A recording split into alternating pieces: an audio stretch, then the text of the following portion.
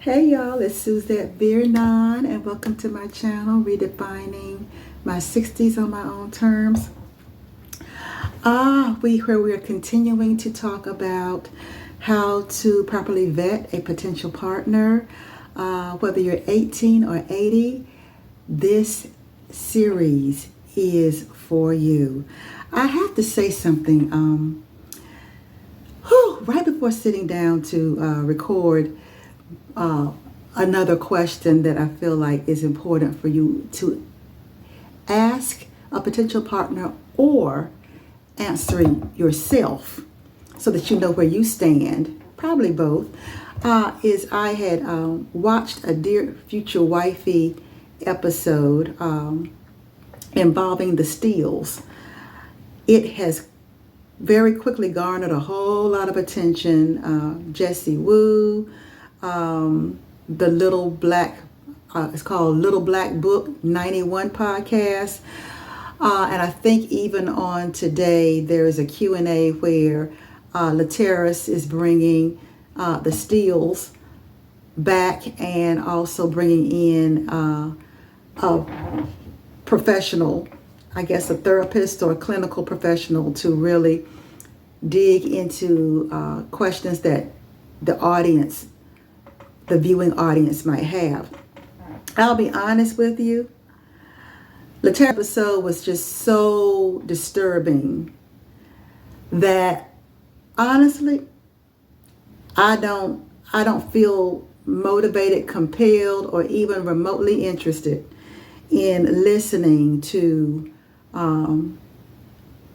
what the Steels have to say, or even the psychologist has to say. Please don't come for me. It's just that it was so disturbing for me because I am happily married.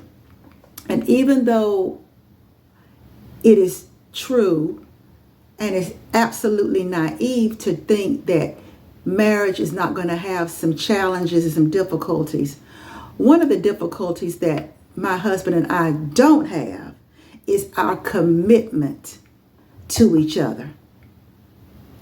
I think that needs to be a baseline even before entering marriage, because there's enough that has to happen in the natural getting acclimated to living with this person and growing with this person and blending lives and going through things together, that the baseline needs to be our commitment to both showing up, meaning neither one of us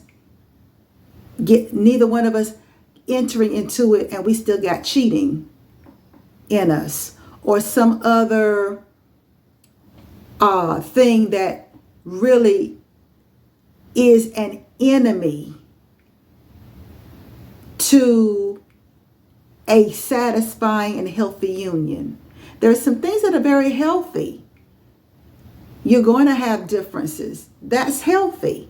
Working through those differences, that's healthy. But bringing a whole bunch of mess in and then try to add scriptures to justify it,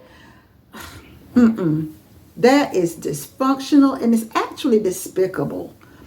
And I am a witness, after having gone through 2 failed marriages, that this third marriage, our issues have not been because we were not great relationship people. That we did not come to this process pure, willing, honest. We came into this marriage with integrity.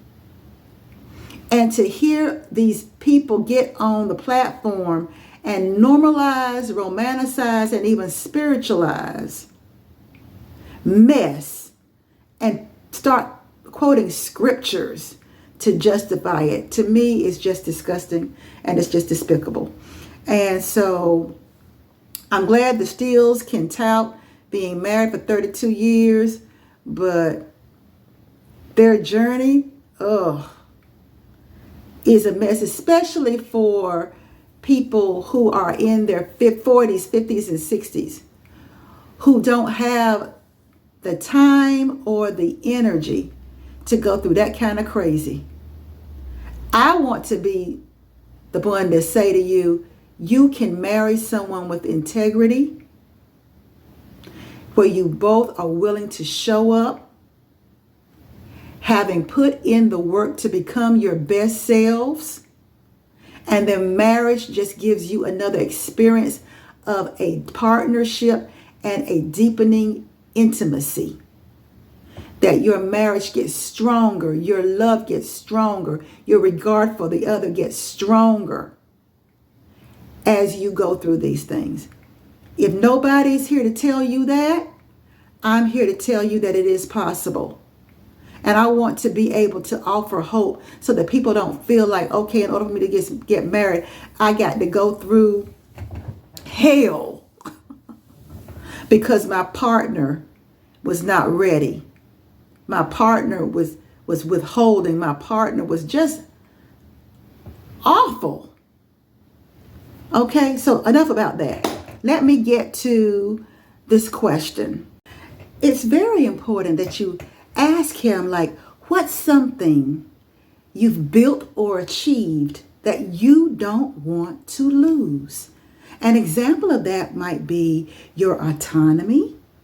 It might be the agency that you have with yourself, your own agency, which means your own sense of self, your individuality, that you feel like your own territory, your own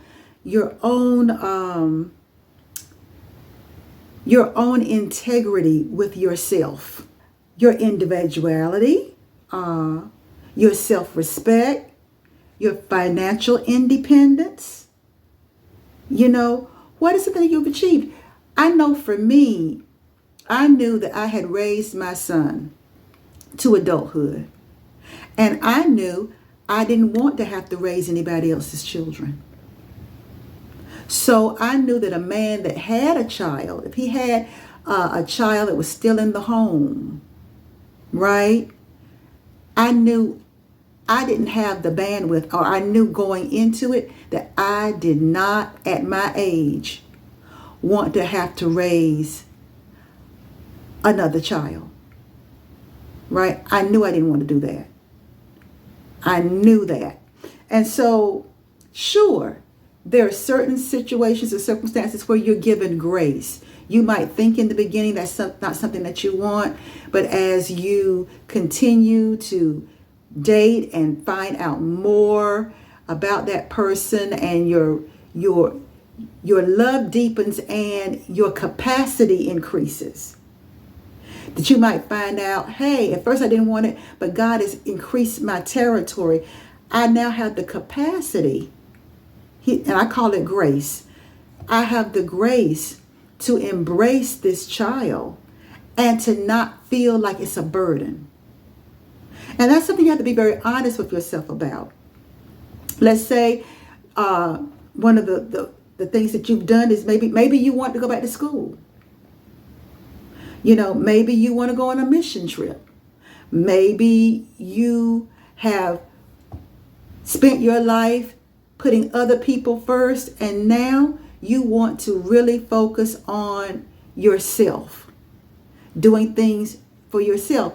If this man is the kind of man that would be intimidated by your spending me time, or you going on trips with your girlfriends, then you automatically know that's not in alignment with the station and stature that you have achieved within your own self.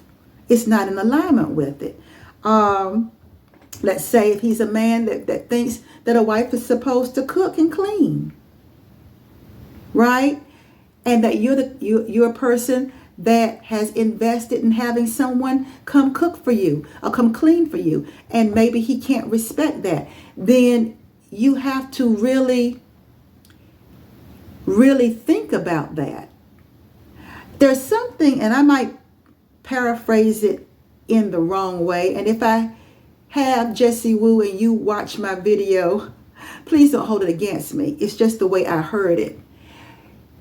I remember Jesse was saying something to the effect that if somebody comes into your life and doesn't elevate your life, then they're not the right person for you.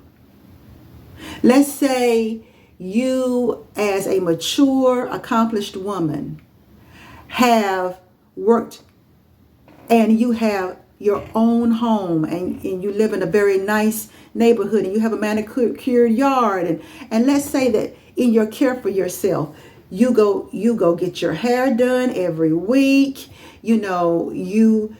Where you invest in the quality of your clothes, the quality of your experiences. You are well coiffed. You spend money on your nails.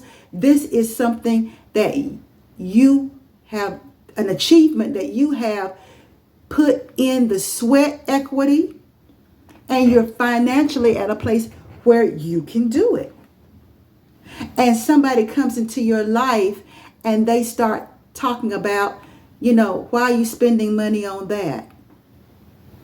And being with them, instead of it elevating or supporting you in the lifestyle that you have grown accustomed to, that you enjoy, they're slowly knocking it down. Okay, now, you give up going to get your hair done every week. You give up going to get your nails done.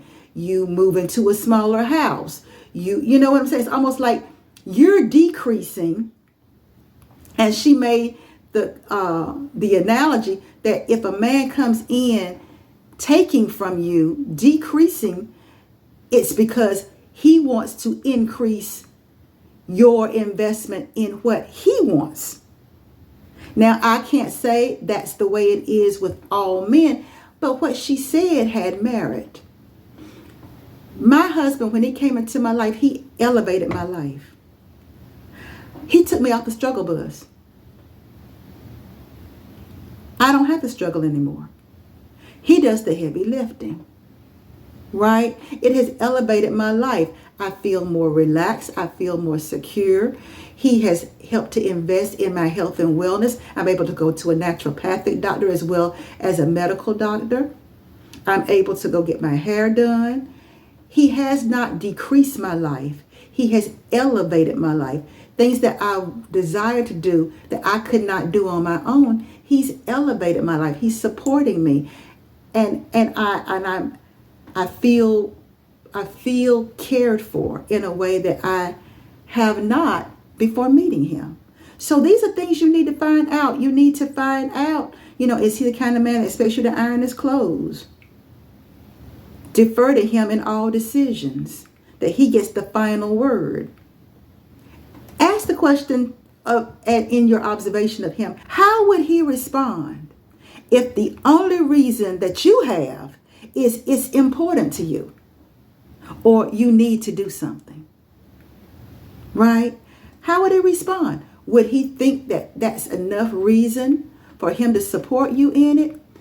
I remember in something that happened in my marriage where something that I wanted to do was going to be a significant investment. And even though I had a strategy for how to do it, in the back of his mind, he knew that if my strategy fell through, he was going to have to bear the financial burden of it. He'd have to bear it. And I can remember in a past relationship, my then husband would have talked me out of it. He would have said it's not feasible. He would have given me all the reasons why. But my husband, he didn't try to talk me out of it. My now husband, he tried to talk me out of it. He thought of ways that he could support me in it. Because my thing was, I need to do this. I'll regret it if I don't do it. And his reasoning is, I don't want to be the reason that stands in the way of her doing what she feels she needs to do. Because if that be the case, I don't want her to resent me. I don't want her to grow to resent me because I did not support something that she felt like she needed to do. right? So you need to find out what your man's capacity. If you are a person that wants to be supported, and sometimes you might not have any other rationale for it except for saying to him, but I need to do it. Are your energies aligned? Right? Did you get where you are today because you were a risk taker? Right? That you were able to take either other people's money or your savings or whatever, and you invested and you did what was necessary to get where you are. You're a high achiever. You love it. That's a part of who you are. You need to ask that, because if he's a person that is more cautious, more careful, he's more a saver, or he's afraid to, he looks at that as gambling or a waste of money, then you're going to have problems. Not saying that the person has to be just like you, but it has to be something where you can enroll them in what you're doing. They can respect it. And that you can you can negotiate compromise. Maybe the compromise might be, okay, why don't we take a part of this and you risk it, but then we put another part aside so that I feel more comfortable that we have something and we're not gambling with everything that we've got. So it's very important that you find out how this person is, what their position is. Are they an achiever? Are they a risk taker? Or are they a person who tends to rather have a sure thing? Right? So that's very, very important. And achievement is something that you really need to think about. Because especially if you're a woman who has worked hard to get where you are, you don't want to have to sacrifice what makes you you, what makes you thrive, what gets your juices flowing to be with someone. Because even though you might be tickled pink that he wants to marry you, you don't want to marry somebody that you feel like you got to pull like a ball and chain. You got to pull him around, pull him with you, or that it's a source of contention in your relationship. Right? So yeah, that's something that you definitely need to look at.